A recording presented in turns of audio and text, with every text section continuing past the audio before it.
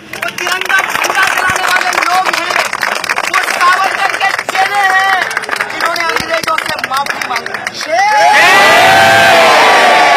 लोग हैं जो अभी हरियाणा के अंदर जो खट्टर सरकार है, इस सरकार ने शहीद भगत सिंह के नाम पर जो एक एयरपोर्ट रखा गया था, एयरपोर्ट का नाम रखा गया था, उसको एक संघी के नाम पे रख दिया। कहने का मतलब यह है कि हमको देशभक्ति का सर्टिफिकेट आरएसएस से नहीं चाहिए, हमको देशभक्ति होने का सर्टिफिकेट आरएसएस से नहीं चाहिए। हम हैं इस देश के और इस धरती से प्यार करते हैं।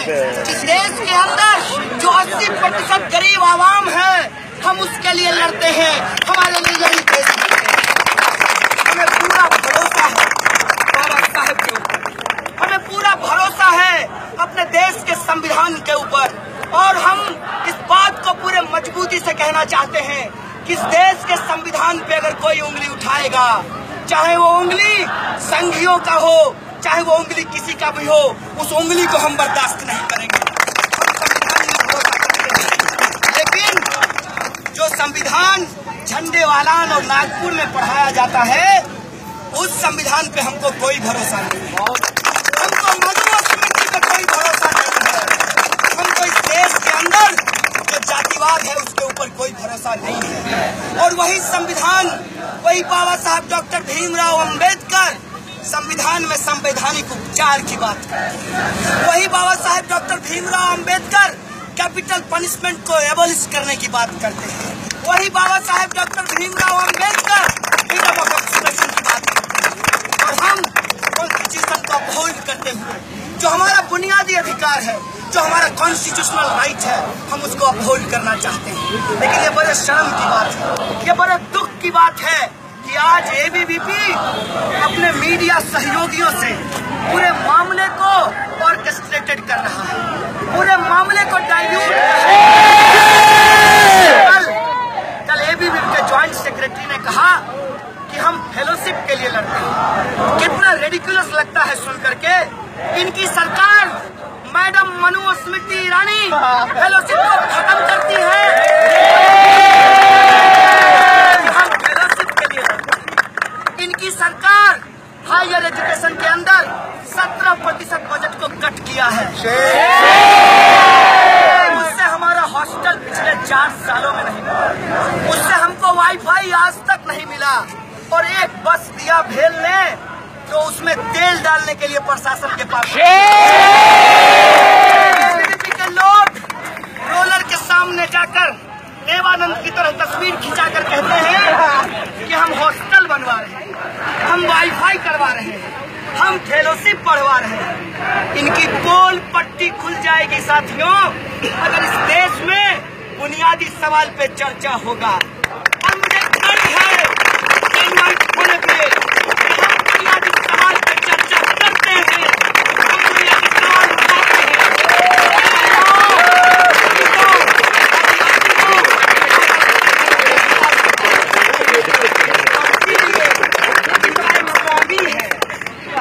स्वामी कहता है कि जेएनयू में जिहादी रहते हैं, कहता है कि जेएनयू के लोग हिंसा फैलाते हैं।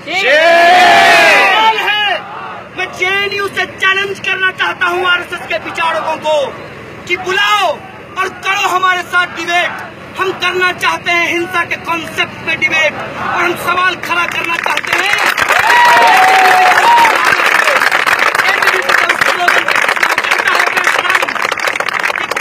तिलक करेंगे, गोलियों से आरती। किसका खून बहाना चाहते हो इस मुल्क में तुम?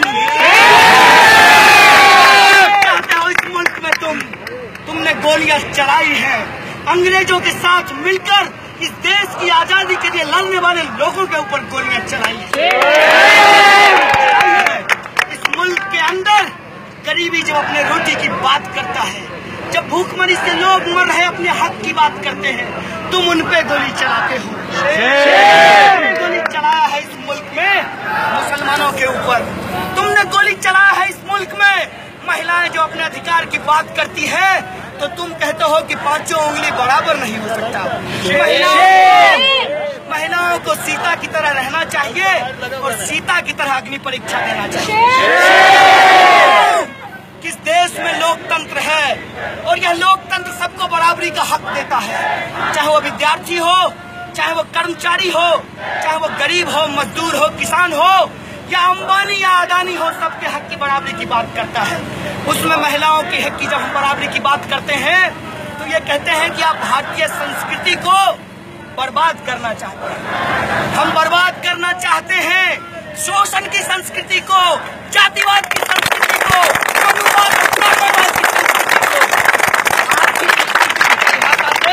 हमारी संस्कृति की परिभाषा तय नहीं होती। इनको दिक्कत कहाँ आता है?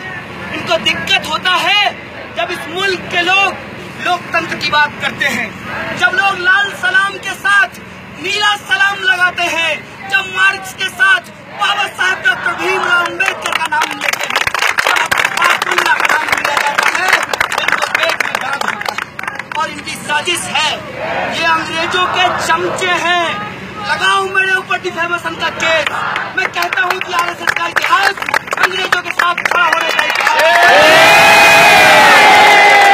देश के गद्दार आज देशभक्ति का सर्टिफिकेट मांगते हैं।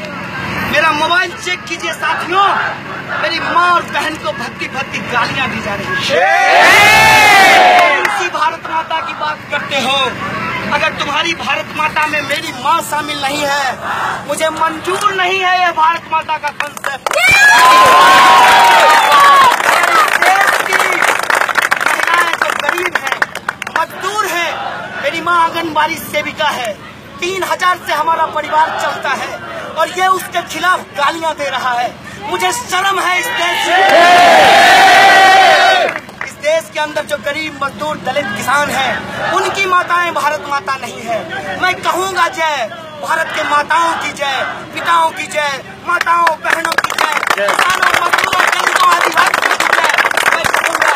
लेकिन तुम में हिम्मत है तो बोलो इनकलाब जिंदाबाद, बोलो भगत सिंह जिंदाबाद, बोलो सुखदेव जिंदाबाद, बोलो अशफाक उल्लाह खान जिंदाबाद, बोलो बाबा साहब जिंदाबाद। तब हमारे इस देश में भरोसा करते हैं। और तुम बाबा साहब का 125वीं जयंती मनाने का नाटक कर रहे हो।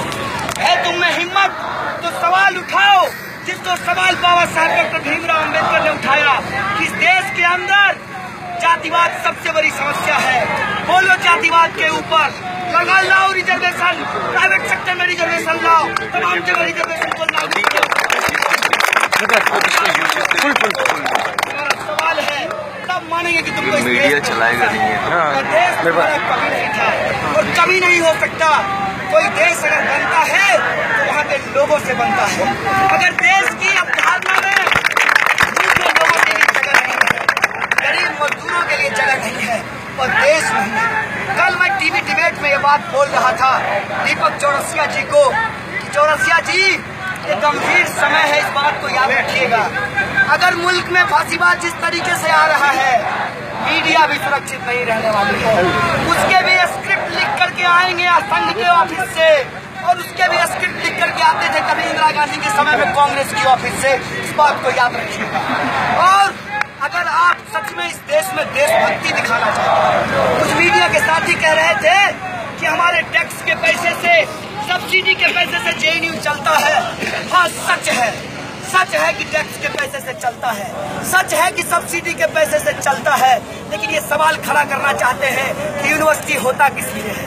यूनिवर्सिटी होता है कि समाज के अंदर जो कॉमन कंसाइंस है कोट एंड कोट, उसका क्रिटिकल एनालिसिस किया जाए। अगर यूनिवर्सिटी के काम में फेल है, कोई देश नहीं बनेगा, उस देश में कोई लोग शामिल नहीं होंगे और देश होगा सिर्फ और सिर्फ पूंजीपतियों के लिए चारागाह होगा, सिर्फ और सिर्फ लूट और शोषण का चारागाह बन करके रह जाएगा। अगर देश के अंदर लोगों की जो संस्कृति है, लोगों की जो मान्यताएं हैं, लोगों का जो अधिकार है, हम उसको शामिल नहीं करेंगे, उससे देश नहीं बनेगा। हम देश के साथ पूरी तरीके से खड़े हैं और उस सपने के साथ खड़े हैं जिसको भगत सिंह और बाबा साहब भीमराव अम्बेडकर ने लिखा। अब उस सपने के साथ खड़े हैं,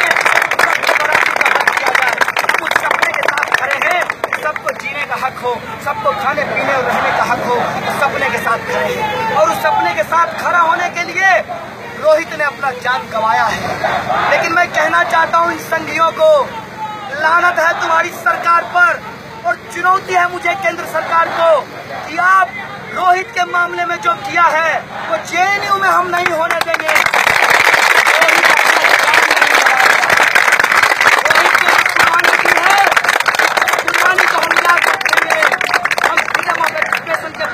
खड़े होंगे और छोड़ दो पाकिस्तान की बात और बांग्लादेश की बात। हम कहते हैं कि दुनिया के गरीबों एक हो, दुनिया के मजदूरों एक हो, दुनिया की मानवता जिंदाबाद, मानवता जिंदाबाद। और जो इस मानवता के खिलाफ खड़ा है हम उसको आज आइडेंटिफाई कर चुके हैं। आज यही हमसे हमारे सामने सबसे गंभीर सवाल है कि उस आइडेंटिफिकेशन को हमको बना के रखना है। वो जो चेहरा है जातिवाद का, वो जो चेहरा है मनुवाद का, वो जो चेहरा है ब्राह्मणवाद और पूंजीवाद के गठजोड़ का, उस चेहरे को हमको एक्सपोज करना है। और सचमुच का लोकतंत्र, सचमुच की आजादी, सबकी आजादी देश में हमको स्थापित करनी है। और वो आजादी आएगी संविधान से आएगी, पार्लियामेंट से आएगी, लोकतंत्र से आएगी और संसद से आएगी, ये हम कहना चाहते हैं।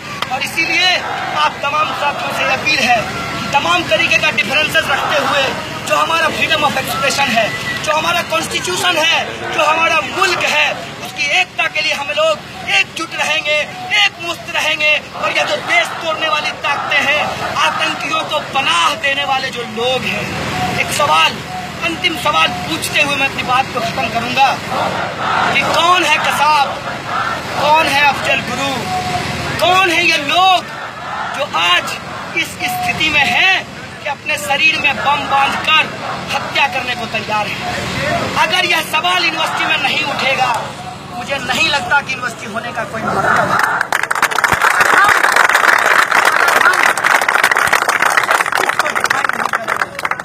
अगर हम वायलेंस को डिफाइन नहीं करेंगे, कैसे आप वायलेंस को देखते हैं? वायलेंस सिर्फ यही नहीं होता है कि हम बंदूक लेकर किसी को मार दें। वायलेंस यह भी होता है कि संविधान में जो दलितों को अधिकार दिया गया है, वो अधिकार जेएनयू प्रशासन देने से मना करता है। यह इंस्टीट्यूशनल वायलेंस है।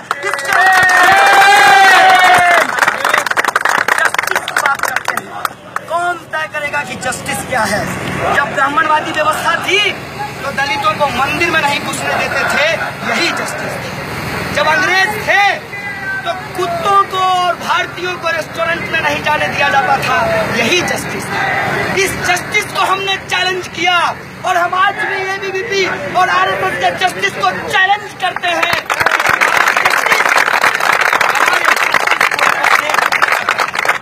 अगर तुम्हारा जस्टिस हमारे जस्टिस को एकोमोडेट नहीं करता है, हम नहीं मानेंगे तुम्हारे जस्टिस को और नहीं मानेंगे तुम्हारी आजादी को। हम मानेंगे उस दिन आजादी को जिस दिन हर इंसान को उसका कॉन्स्टिट्यूशनल राइट मिलेगा, जिस दिन हर इंसान को उसका संवैधानिक अधिकार देते हुए इस मुल्क के अंदर बराबरी का दर्जा दिया जाएगा, उस दिन हम जस्टिस को मानेंगे। बहुत गंभीर परिस्थिति है। किसी भी तौर पर जेएनयू किसी भी हिंसा का, किसी भी आतंकवादी का, किसी भी आतंकवादी घटना का, किसी भी देश विरोधी एक्टिविटी का कोई समर्थन नहीं करता। एक बार फिर से जो कुछ लोग अनआइडेंटिफाइड लोग जो पाकिस्तान जिंदाबाद के नारे लगाए हैं, जेएनयू उसके कड़े शब्दों में भर्त्सना करता है। साथ ही साथ एक बात जो है उसको आप सब लोगों को शेयर करते हुए, ये सवाल है जेएनयू एडमिनिस्ट्रेशन और एबीवीपी के लिए। इस कैंपस में 1000 तरह की चीजें होती है। अभी आप ध्यान से एबीवीपी का स्लोगन सुनिए। ये कहते हैं कम्युनिस्ट कुत्ते, ये कहते हैं अफजल गुरु के फिरते, ये कहते हैं जिहादियों के बच्चे। आपको नहीं लगता कि अगर इस संविधान ने हमको नागरिक होने का अधिकार दिया है तो मेरे बाप को कुत्ता कहना ये हमारे संवैधानिक अधिकार का हनन है कि नहीं है? ये सवाल मैं एबीवीपी से पूछना, ये सवाल पूछना चाहते हैं जेएनयू एडमिनिस्ट्रेशन से कि आप किस किसके लिए काम करते हैं, किसके साथ काम करते हैं और किसके आधार पर काम करते हैं। ये आज बात बिल्कुल स्पष्ट हो चुकी है कि जेएनयू एडमिनिस्ट्रेशन पहले परमिशन देता है, फिर नागपुर से फोन आने के बाद परमिशन लेता है। यह जो परमिशन देने और लेने की प्रक्रिया है, यह उसी तरीके से तेज हो गई है इस मुल्क में जैसे फेलोशिप को देने और लेने की प्रक्रिया है कि पहले फेलोशिप आपको बढ़ाने की घोषणा की जाएगी, फिर कहा जाएगा कि फेलोशिप बंद हो गया है। ये संघीय पैटर्न है, ये आरएसएस और एबीवीपी का पैटर्न है, जिस पैटर्न से वो मुल्क को चलाना चाहते हैं और इसी पैटर्न से वो जेएनयू एडमिनिस्ट्रेशन को चलाना चाहते हैं। हमारा सवाल है जेएनयू के वाइस चांसलर से कि पोस्टर लगा था जेएनयू में, बाकायदा पर्चे आए थे मेस में, अगर दिक्कत था तो जेएनयू एडमिनिस्ट्रेशन पहले परमिशन नहीं देता। अगर परमिशन दिया तो किसके कहने से परमिशन कैंसिल किया, ये बात जेएनयू एडमिनिस्ट्रेशन क्लियर करे। ये सवाल हमारी से पूछना चाहिए। साथ ही साथ ये जो लोग हैं इनकी सच्चाई जान लीजिए, इनसे नफरत मत कीजिएगा क्योंकि हम लोग नफरत कर नहीं सकते। इनसे बड़ी ही दया भाव है इनके प्रति। ये इतने उछल रहे हैं क्यों? इनको लगता है जैसे गजेंद्र चौहान को बिठाया है वैसे हर जगह चौहान दीवान फरमान के जारी कर रहे हैं। चौहान दीवान और फरमान की बदौलत ये हर जगह नौकरी पाते रहेंगे। इसीलिए जब ये जोर से भारत माता की जय चिल्लाए तो आप समझ लीजिए कि परसों इनका इंटरव्यू ड्यू में होने नौकरी लगेगी, देशभक्ति पीछे छूट, नौकरी लगेगी, भारत माता का कोई ख्याल नहीं, नौकरी लगेगी, तिरंगा को तो इन्होंने कभी माना ही नहीं, भगवा झंडा भी नहीं था। सवाल करना चाहता हूँ कि कैसी देशभक्ति अगर एक मालिक अपने नौकर से सही बर्ताव नहीं करता, अगर किसान अपने मजदूर से सही बर्ताव नहीं करता, अगर पूंजीपति अपने एम्प्लॉयमेंट से सही बर्ताव नहीं करता, और ये जो अलग अलग चैनल के लोग हैं जो पत्रकार काम करते हैं 15-15 हजार रुपए में, इनके जो सीईओ हैं वो इनसे ठीक से बर्ताव नहीं करते।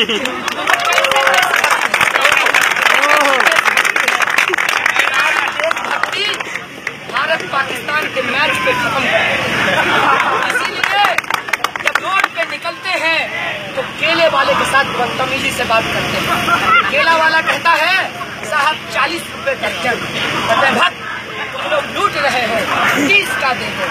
तो केला वाला अगर जिस दिन पलट करके बोल देगा ना तुम सबसे बड़े लुटेरे हो, करोड़ों लूट रहे हो, तो कह देंगे कि ये देशद्रोही है।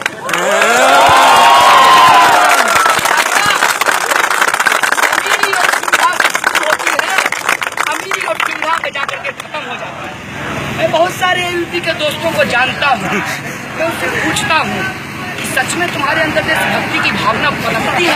वो कहता है भैया क्या करें, 5 साल की सरकार है, 2 साल खत्म हो गया है, 3 साल का टॉक टाइम बचा है, जो करना है इसी में कर डालना है। तो हम बोले ठीक है कर लो, लेकिन ये बताओ कि जेएनयू के बारे में झूठ बोलोगे तो कल को तुम्हारा कॉलर भी कोई पकड़ लेगा और तुम्हारा ही साथी पकड़ लेगा जो आजकल ट्रेन में बीफ चेक करता है, पकड़ करके तुमको लिंचिंग करेगा और कहेगा कि तुम जो हो देशभक्त नहीं हो क्योंकि तुम जेनुआइट हो। इसका खतरा समझते हो? बोला इसका तो समझते हैं भैया, इसीलिए हम लोग जेएनयू शटडाउन का जो हैशटैग है उसका विरोध कर रहे हैं। हमने कहा बहुत बढ़िया है भाई साहब, पहले जेएनयू हैशटैग के लिए माहौल बनाओ, फिर उसका विरोध करो, क्योंकि रहना तो जेएनयू में ही है ना। इसीलिए मैं आप तमाम जेएनयू के लोगों से कहना चाहता हूँ कि अभी चुनाव होगा मार्च में और एबीवीपी के लोग ओम का झंडा लगाकर आपके पास आएंगे तो उनसे पूछिएगा कि हम देशद्रोही हैं, हम जिहादी आतंकवादी हैं, हमारा वोट लेकर के तुम भी देशद्रोही हो जाओ।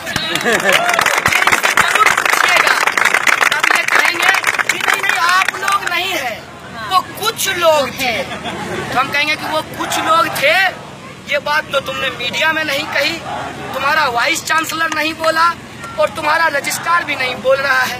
और वो कुछ लोग भी तो कह रहे हैं कि हम पाकिस्तान जिंदाबाद नहीं लगाए, वो कुछ लोग भी तो कह रहे हैं कि हम आतंकवाद के पक्ष में नहीं है, वो कुछ लोग भी तो कह रहे हैं कि हमारा परमिशन देकर के परमिशन कैंसिल कर दिया, ये हमारे डेमोक्रेटिक राइट के ऊपर अटैक है।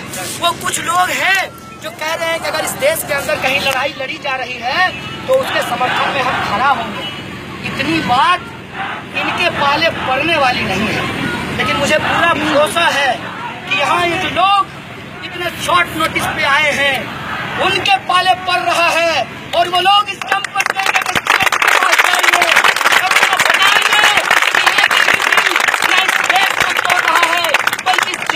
तोड़ रहा है, हम जेएनयू को टूटने नहीं देंगे। जेएनयू जिंदाबाद था, जेएनयू जिंदाबाद रहेगा। इस देश के अंदर जितने भी संघर्ष हो रहे हैं उस संघर्षों में बढ़ चढ़कर पार्टिसिपेट करेगा और इस देश के अंदर लोकतंत्र की आवाज को मजबूत करते हुए, आजादी की आवाज को मजबूत करते हुए, फ्रीडम ऑफ एक्सप्रेशन की आवाज को मजबूत करते हुए इस संघर्ष को आगे बढ़ाएगा। संघर्ष करेंगे, जीतेंगे और देश के गद्दारों को परास्त करेंगे। इन्हीं शब्दों के साथ आप तमाम लोगों को यूनिटी का दिन करते हुए शुक्रिया। इंकलाब जिंदाबाद।